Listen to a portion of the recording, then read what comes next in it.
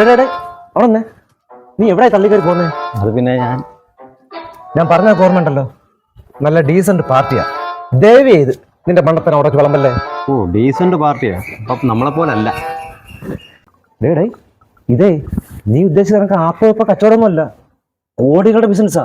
ഇതൊന്നും നടന്നു കിട്ടിയ മിനിമം ഒരു 10 ലക്ഷം രൂപ നമ്മുടെ കയ്യിൽ. അയ്യാ, 10 ലക്ഷം രൂപ കളിയാ? അതളിയാ എങ്ങനെയെങ്കിലും നടത്തണം കളിയാ. അതാ ഞാൻ പറഞ്ഞത്, എങ്ങനെങ്കിലും പുള്ളിക്കാരനെ അടിച്ചൊതുക്കി ചാക്കി കയറ്റി. എന്റെ പൊന്നളിയാ, ഞാനില്ല. ഇവിടെ കംപ്ലീറ്റും ക്യാമറ ഉള്ളതാ. അയാളെ ചാക്കി കയറ്റി കൊണ്ടുപോകുന്നതായ വൈറലാവും, പോലീസും പൊക്കും. പുല്ല്, നീ ഇത് എവിടുത്തെ തരണേ? ഞാൻ അതാന്നാ പറഞ്ഞത്, എങ്ങനെങ്കിലും സാറിനെ കണ്ട് സംസാരിച്ച് ഈ കച്ചവടം ഉറപ്പിക്കുന്ന കാര്യം പറഞ്ഞതാ. അത്രേ ഉള്ള അത് ഞാനേറ്റ്. എന്നിട്ട് വേണം മൊത്തം കുളമാക്കാൻ. നീ വന്നേ, സാറിനെ കണ്ട് സംസാരിച്ചേ കച്ചവടം ഉറപ്പിക്കുന്നതിന് ഞാനേറ്റ്. നീ എന്നെ സപ്പോർട്ട് ചെയ്തൊന്ന് സംസാരിച്ചാൽ മതി. അളിയാ, ഒരു കാര്യം മറന്നുപോയി. ബാഗ് എടുക്കാൻ മറന്നുപോയി. ബാഗോ? നീ വല്ല ടൂറിന് പോന്നോ? കമ്മീഷൻ കിട്ടുന്ന 10 ലക്ഷം രൂപ കൊണ്ടുപോകണ്ടേ? എന്റെ പൊന്നു ദൈവമേ, 7 നേരത്താന്ന് ഈ മെനക്കെട്ടവനെ കൊണ്ട്.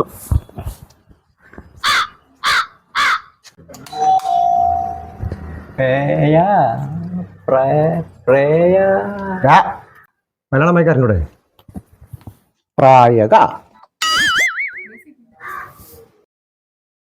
ആരാ? നമസ്കാരം ചേച്ചി, ഞാൻ രാമു. ഞാൻ സാർ. ബാബു സാർ ഉണ്ടോ? ഇല്ല, ചേട്ടൻ ഉണ്ടില്ല. ഊണ് കഴിക്കാൻ സമയമാവുന്നല്ലേ ഉള്ളൂ. എനിക്കറിയില്ല, ആരാണ്ട് വന്ന് ചേട്ടൻ ഊണ് കഴിച്ചോന്ന് ചോദിക്കുന്നു. അയ്യോ, സാറ് ഊണ് കഴിച്ചെന്നല്ല ചോദിച്ചത്. സാർ ഒരു വസ്തുവിന്റെ കാര്യം പറഞ്ഞിരുന്നേ, അതിനെ കുറിച്ച് സംസാരിക്കാൻ വന്നതാ. ഓ, അതായിരുന്ന കാര്യം. എന്നാ നിങ്ങൾ കയറി ഇരിക്കാൻ, ചേട്ടനെ വിളിച്ചോണ്ട് വരാം. അയ്യോ, കുറച്ചുകൂടി കഴിഞ്ഞ് വന്നാ മതിയായിരുന്നു. എന്ത് പറ്റി? ഊണും കൂടെ കഴിച്ചിട്ട് പോകായിരുന്നു. അത് കൊള്ളാം. ഈ സദ്യ ഉണ്ടാക്കാൻ വന്നതാണ് ഇവിടെ. അത് എങ്ങനെങ്കിലും സാറിനെ കണ്ട് സംസാരിച്ചേ ഈ കച്ചവടം ഒന്ന് ഉറപ്പിക്കാൻ നോക്കുമ്പോഴാ അതിനിടയ്ക്കുള്ള ആൾ മാമുണ്ണാൻ വന്നേക്കുന്നു.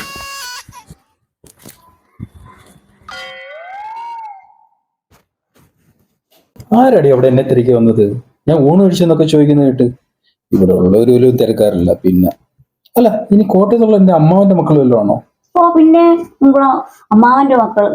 അതൊന്നുമല്ല. നിങ്ങൾ ആ സ്ഥലത്തിന്റെ കാര്യം പറഞ്ഞിരുന്നില്ലേ? ഒരു രാമോ നിസാറോ അങ്ങനെ ആരാണ്ടേ? ഒരു രാമോ? അവർ 2 ദിവസം മുമ്പ് എന്നെ വിളിച്ചിരുന്നു.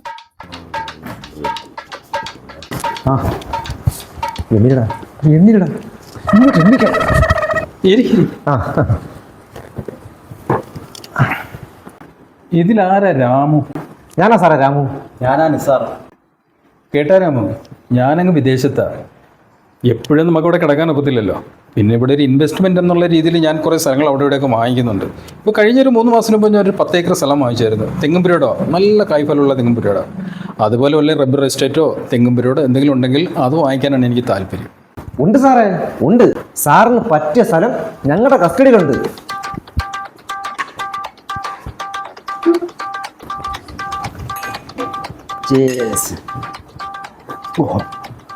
എന്തൊരു ചൂട് കട്ടൻ ചായ ആയിരുന്ന. എന്തൊരു വെപ്പളാണത്. ഇത് ഞങ്ങളുടെ ഗൾഫുകാരുടെ ഒരു ശീലമാണ്, സുലൈമാനി.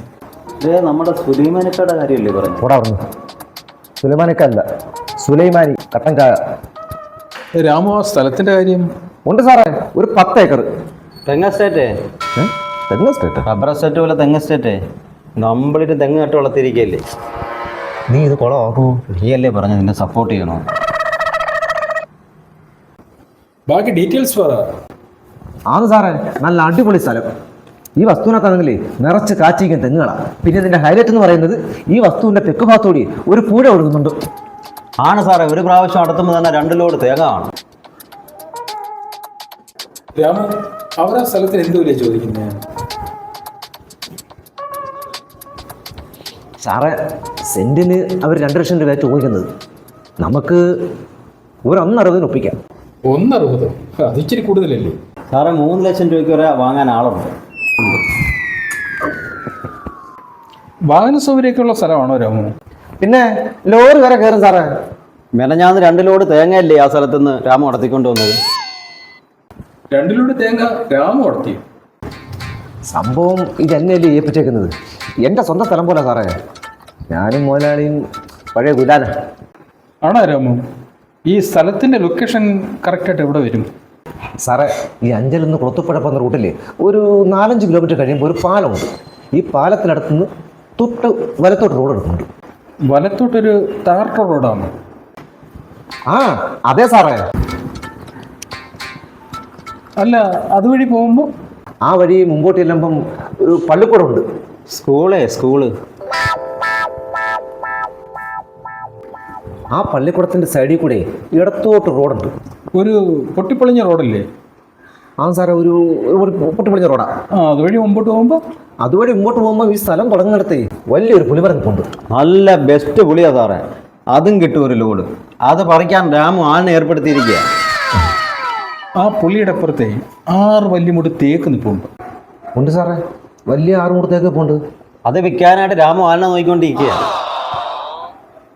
വലിയ പുളിയുണ്ട്, 6 വല്യമുട് തേക്കുണ്ട്, നിറയെ തെങ്ങുമുണ്ട്. ഈ സ്ഥലത്തിന് എത്ര രൂപയെന്നാണ് നീ എൻ്റെ അടുത്ത് പറഞ്ഞത്? 2 ലക്ഷം. പിന്നെ സാറിനായതുകൊണ്ട് ഒരു 1.60 നമുക്ക് ഒപ്പിക്കാം. ഇതിൻ്റെ ഉടമസ്ഥൻ ആരാന്ന് നിനക്കറിയാവോ? ഇതുവരെ നീ കണ്ടിട്ടുണ്ടോ ഉടമസ്ഥനെ? അത് ശരിയാണല്ലോടാ, നീ ആളെ കണ്ടിട്ടുണ്ടോ? ചേട്ടാ ആ സ്ഥലം എടാ, നിനക്കറിയാവോ, 3 മാസം മുമ്പ് സെൻറ്റിന് 60,000 രൂപ വെച്ച് ഞാൻ മേടിച്ച് എൻ്റെ സ്ഥലമാണ്. ഇപ്പോൾ നീ എൻ്റെ സ്ഥലം 2 ലക്ഷം രൂപ വെച്ച് എനിക്ക് തന്നെ വിൽക്കാൻ നോക്കുന്നു. സാറേ, ആ സ്ഥലത്തിന് 2 ലക്ഷം രൂപ വില ഉണ്ട്. ഇതിപ്പം 60,000 രൂപയ്ക്ക് സാറിന് തന്ന് അവർ സാറിനെ പറ്റിച്ചാ സാറേ. ശരിയാ സാറേ. ഓഹോ, അപ്പം എന്നെ പറ്റിച്ചതല്ലേ? 2 ദിവസം കഴിഞ്ഞ് തേങ്ങ നടത്താൻ ഞാൻ ആളിനെ ഏർപ്പാട് ചെയ്തതാ. നീ അതും അടുത്തേക്കൊണ്ട് പോയി അവിടെ നിന്ന് പുളി പറിച്ചുകൊണ്ട് നിന്ന് ആളിനെ ഏർപ്പാട് ചെയ്തു. അപ്പോൾ കഴിഞ്ഞ പ്രാവശ്യം തേങ്ങ മോഷ്ടിച്ചുകൊണ്ട് പോയി നീ ആയിരുന്നു. ചേട്ടാ ഇവന്റെ മുഖം കണ്ട അറിഞ്ഞൂടെ ഇവൻ തരിയുടെ ആണെന്ന്? എല്ലാവരും രാമുവിന്റെ മുഖം കാണുമ്പോൾ ഇങ്ങനെയാ പറയുന്നത്. അതെന്താ ചേച്ചി ഇങ്ങനെ?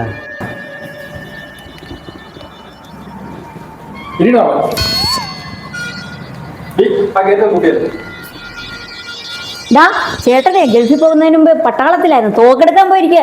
നിനക്കൊക്കെ ജീവൻ വേണമെങ്കിൽ ഓടാ. എന്താ വേണമായിരിക്കുക? ജീവൻ വേണമെങ്കിൽ ഇറങ്ങി ഓടാം.